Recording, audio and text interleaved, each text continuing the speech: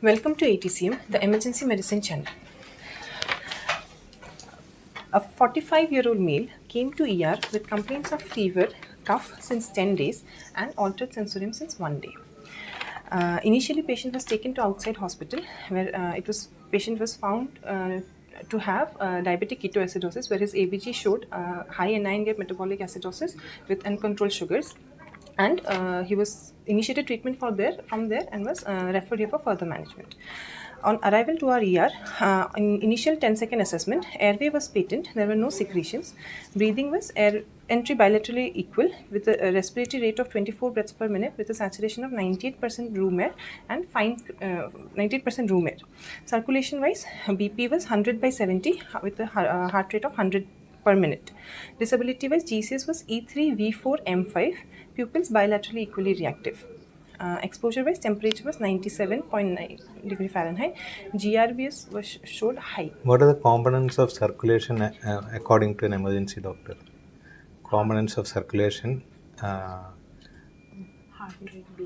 heart rate, BP, pulse, peripheral pulse. That is your MBBS level.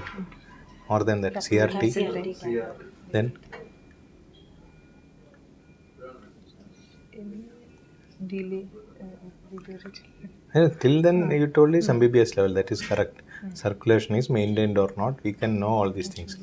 Urine output is another feature. Then IVC. Okay. You have to tell all these things because then only we will know whether the patient is having circulatory collapse or hypoperfusion or internal organs. Because just telling BP will not be sufficient, because in a normal patient itself BP can be sometimes 80 by 60, 80 by 50 like that. So that doesn't mean that patient is in hypotension or shock. So if you tell all these things only, somebody can understand that patient is in shock or hypotension, whatever it is. Okay. Just coming to sample history, we took adjuncts to primary survey. We took a CBC-CRP and an ABG. CBC-CRP wise, total counts of 6,000 with a hemoglobin of 12, platelet of 1,82,000. You have to always tell hematocrit also. Such cases, hemoglobin 12. Hematocrit, if you mention that, we know that it is not hemodilution, hemoconcentration. Hematocrit was 34.2. That's okay, normal. With the CRP of 193. Okay. Coming to ABG, ABG showed a pH of 6.79 with a bicarb of 4.9. 4.9, PCO2 of 12.2. Okay. And anion gap of 16.4, and sugar showed 720. 720. Lactate? Lactate was normal, so 1.8. Normal. We started with 2 large bore IV cannulas were placed. Okay. And we started ketone bodies? We sent, it came to 3+ later. 3+, okay. So we started the patient on fluid resuscitation, 2 large bore IV cannulas, and this thing was started, fluid was started. VBG potassium showed 3.8. So we started the patient on potassium correction also at the same time. And hourly GRBS 3.8. And hourly GRBS charting was started. Okay. Then coming to sample history, patient... So when you give fluids, when you start fluids, what all things can happen to acidosis, blood sugar, potassium, all these things? So when we start fluids, sugars will start coming down because sugars will dilution and sugar will come down. Then what will happen to the potassium? When the sugar comes down, what will happen to potassium? When the sugar increases, what will happen to potassium? When the sugar decreases, what will happen to potassium? It is inversely. Sugar, when it increases, potassium can decrease. When you reduce the sugar, whatever may be, whatever mean, like if you give fluids, you give insulin, when the sugar comes down, automatically potassium increases from 3.8, it may become 3.9, 4, like that. Okay. So it is not a must immediate need to transfuse potassium. You can wait some more time. Okay. Because when the patient is already severely dehydrated and without any ECG change, potassium correction is not an emergency. You have to correct on the go, you have to correct it. Okay. So there should not be any hurry in correction of potassium. That's what I am telling, because already dehydrated patient, peripheries are collapsed. If you are correcting the potassium, sometimes peripheral arterial burns can occur, inflammation can occur. Coming to sample history, 45-year-old male patient had complaints of fever since last 10 days with cough with expectoration. Patient was taking symptomatic management from local hospital without taking any antibiotics. Patient symptoms not relieved. Patient continued taking paracetamol. 1 day back, patient started developing altered sensorium. History of skipping of medications, sugar medications. He was on metformin 500 mg. History of skipping medications since the last 10 days. That is how he presented the outside hospital. From there, they had referred as DK. Not allergic to any medications. Known history of only diabetes on metformin 500 OD. Then, after arrival to our hospital, we initially sent all the routine blood investigations along with ketones. Ketone came to be 3 plus, and total count. What is the difference in urine ketone and blood ketone? What do you think, which is superior? Why not the urine? Most of the hospitals, they do urine ketones only. Why you are not supporting that? Urine ketone can be persistently positive. Even when ketone bodies are negative in blood, it can be persistently positive. One possibility is that. Second possibility, there are conditions where ketone bodies are not excreted through kidney. When there is severe renal failure, you will not get in any ketone bodies. So because of these two reasons, urine ketones are inferior to blood ketone. But when you don't have facility to do that, you have to depend on the urine ketones. Okay, that is not accurate always. That is a problem. CRP came to be 193, total counts of 6,000, Procal was 0.62. He was initially treatment with injection meropenem. IV fluids was continued, and then he was started. What is the reason of giving meropenem in this patient? Why did you select meropenem? I am not telling it is wrong.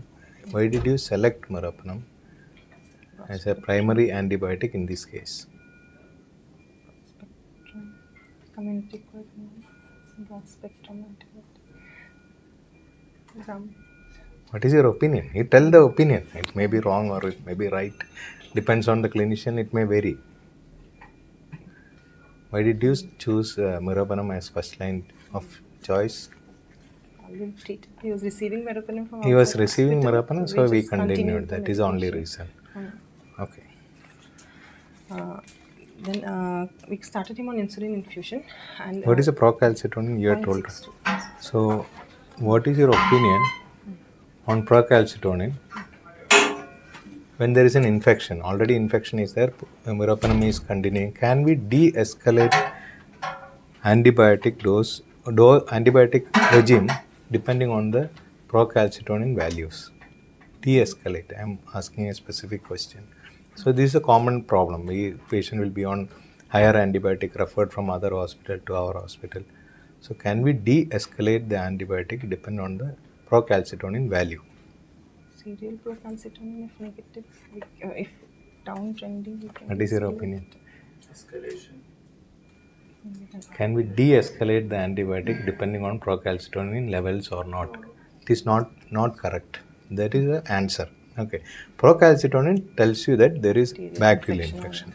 So depending on the level, you cannot decide on the antibiotic. Okay.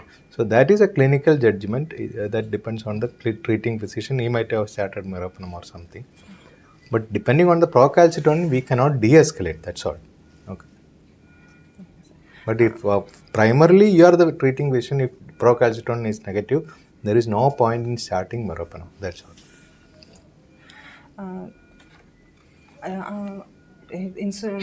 After insulin, fluid resuscitation and insulin infusion, gradually his serum ketones came to be negative, but his altered sensorium was persisting. How did you give fluids in this patient? Fluids, we initiated him with initial boluses we gave for 4 liters over 2 hours, followed by 4 liters over 6 hours. After bolus, 4 liters over 2 hours and 4 liters over 6 hours.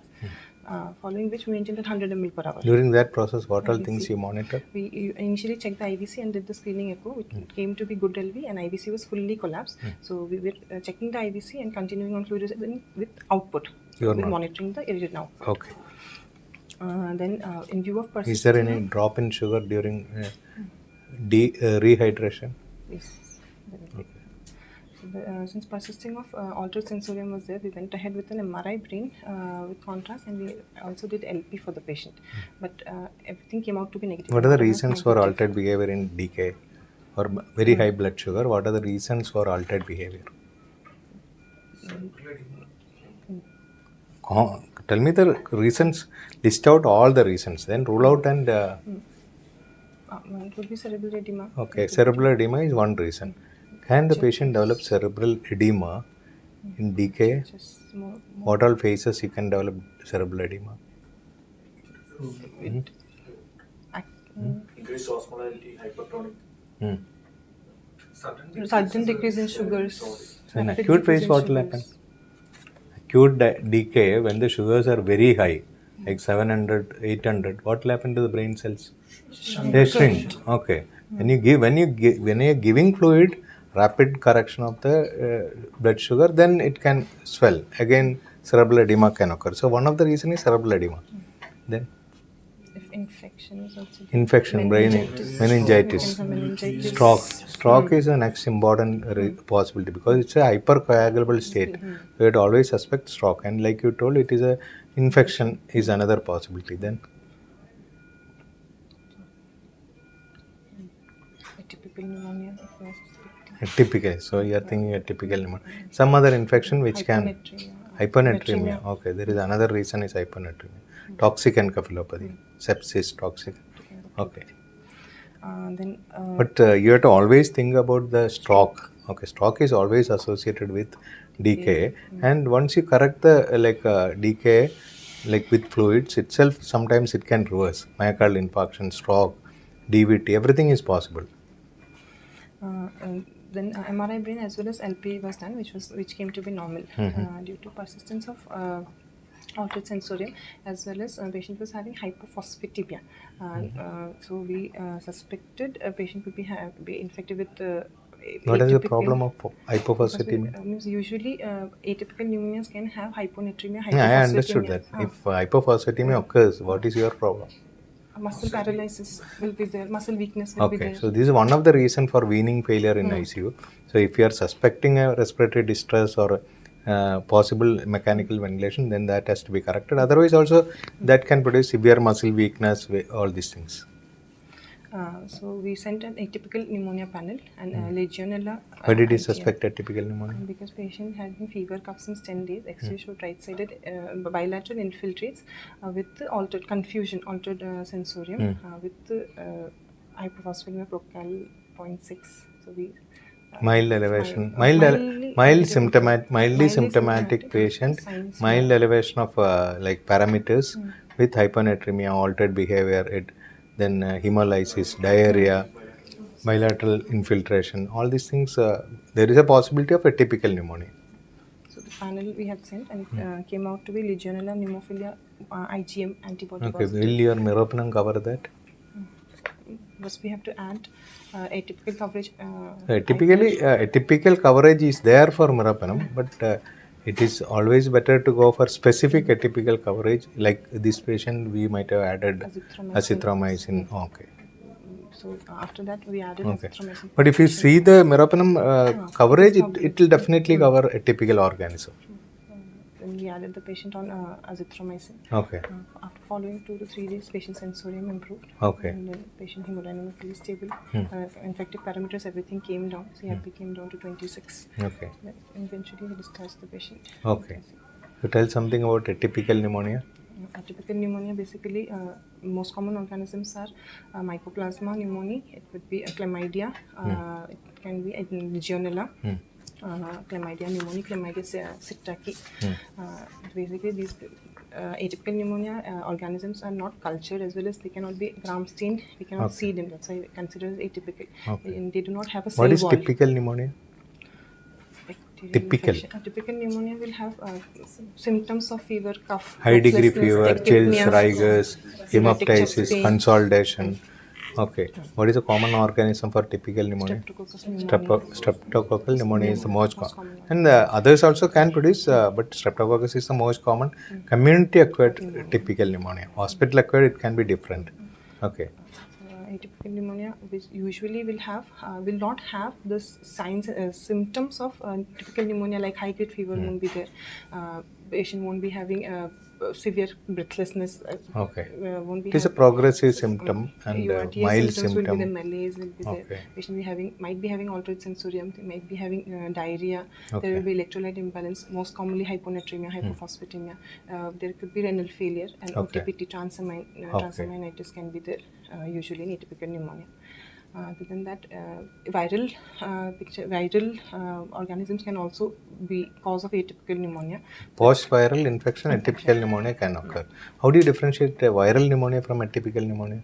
Both looks same in X-ray. Viral pneumonia, procal negative. Procal is one answer. Like procal can be slightly elevated in atypical. It will be completely negative in viral. Then Low degree fever, and then it will be malaise. URTA symptoms will be more in viral. URTA symptoms are more suggestive of viral, but that will not be there in atypical pneumonia.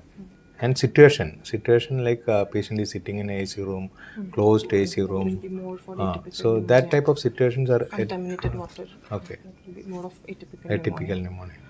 So atypical pneumonia usually we treat with either any macrolide, Okay. or we can go ahead with doxycycline. What is the ideal antibiotic for community acquired infection? Ideal antibiotic. Beta-lactams. Penicillin. Fluoroquinolones. Fluoroquinolones is the answer for all type of pneumonia. You take gram-positive pneumonia, fluoroquinolone will cover. Gram-negative pneumonia, fluoroquinolone will cover. Atypical, fluoroquinolone will cover. Anaerobes, fluoroquinolone will cover. That's why in standard textbooks, the treatment of choice of any pneumonia, first line treatment is fluoroquinolone, like levofloxacin or moxifloxacin. But when it comes like hospital-acquired infection, all these things, you have specific antibiotic. Like hospital-acquired pneumonia, you may go for piperacillin tazobactam, tobramycin combination, or a higher antibiotic like meropenem. Okay. So here, the first of all, you should understand that meropenem is not the answer for all pneumonia. That is a higher antibiotic that we should preserve. If you start left and right meropenem, then slowly it will become resistant for everything. Okay, it is not required in many pneumonias. Okay, but levofloxacin or moxifloxacin will be enough for most of the pneumonia. But we are also not using there because of Because it is TB, because the second line drug for it is a second line drug in tuberculosis. So in India we should avoid that. We can go for a other drug like doxycycline. Okay, what is the coverage of doxycycline?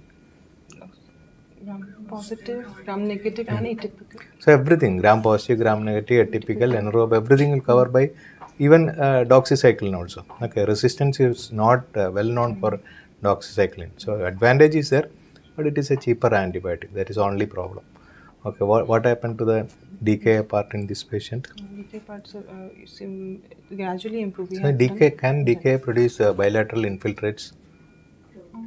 Yes, DK, if you are seeing DK, there is no infection. You are seeing bilateral infiltrates. What are the reasons for that? So, pulmonary edema. before that, can it produce DK with renal failure? ARDS is known. Acute renal failure because of DK, uremic lung is common. So that is possible. Then when you are giving fluid overload is common.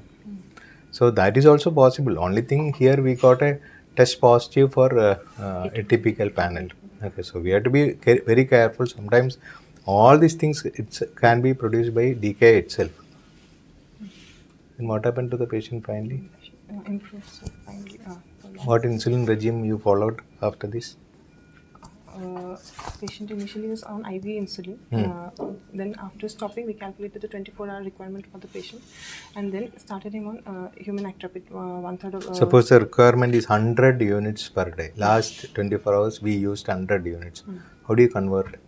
We will take 1/3 of it and we'll give sub-Q before stopping the insulin. After that, we'll stop the insulin, and rest 2/3 will be divided into 3 doses: morning, afternoon, and night. Okay. Short-acting insulin. Okay, so 1/3 means 30 units you start first, then the 2/3 will be 20, 20, 20 you give. Okay. We'll fix his Then how dose. do you change that to long-acting insulin? So after 2 days you'll have to change to long-acting, or you can. It is not a must that you should change. You can change to long-acting insulin. How do you change that? So suppose you are giving now 70 units insulin, short-acting insulin, act rapid. How do you change to long-acting insulin?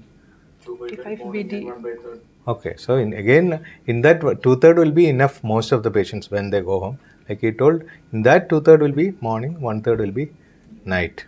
Okay, so 2 doses are enough. Okay, that can be tried, but various combinations are possible. You no need to follow the same combination. You can give 10 units TID, 10 units 5 times daily, or morning you can give mixed ART, that is mixed act insulin. Night you can give a long acting insulin like Lantus or something. So depending on the clinician, it may vary. So we cannot have a single rule for everything. So like that depends on the doctor. You can change according to that. But there should be some target. What is the target of sugar in ICU? 120, 180. 180. Less than 180 is the target. That should be there. Okay. So what happened to this patient finally? Improved without any complication. Okay. Anything else you want to add? Recent trials in antibiotics are in 2023 Mercy trial was there's a 2% reduction in mortality was there in continuous infusion of beta-lactam antibiotics. Then the Blink 3 trial was there in 2024. That again compared the continuous versus intermittent beta-lactam antibiotics, and continuous is preferred. Recently in 2025 we have the balanced trial. For bloodstream infections, we compared 7 days versus 14 days of IV antibiotics, and 7 days of antibiotics was compared as non-inferior to 14 days of antibiotics. So what is this continuous? He is talking about continuous infusion and intermittent bolus. What is it? Tell me something about that. Continuous maintenance dose to be maintained in the time dependent. So there are two types of killing of organism. One is dose dependent, concentration dependent. Other one is time dependent. Okay. So when you are giving continuous infusion, what is this, concentration or time? Concentration. This time continuously maintain above MIC. Okay, so that is given continuously throughout the day. Like meropenem should be given as a continuous infusion. 4 hours infusion, 1 gram will be given as 4 hours infusion. Next 1 gram will be next 4 hour infusion, so that your antibiotic will be maintained above the killing range of the bacteria. But whereas some drugs should be given as a concentration dependent dose. What is that? Now, what are the drugs? What are the drugs should be given as a concentration dependent killing? This is time dependent. Meropenem is a time dependent killer. Concentration dependent? Ceftriaxone all comes under this class, beta-lactam. Time. Ideally, but we give this one. There is some benefit over time. Aminoglycoside are the classical example. So whatever dose you want to give, you give it as a single time high dose. So that will kill the bacteria because the concentration becomes very high. So that is called as concentration dependent killing. This is called as time dependent killing. So that if you can understand, then you can probably give like this. But only thing is, in wards the stability of the drug is a very important problem. So in ICU your temperature is very low, so you can give continuous infusion. Drug stability will be stable. But if you use the same method in ward, the stability can sometimes go down. So that is an issue. That's why it is not gained much popularity. But studies are there that is slightly superior. Okay. Thank you.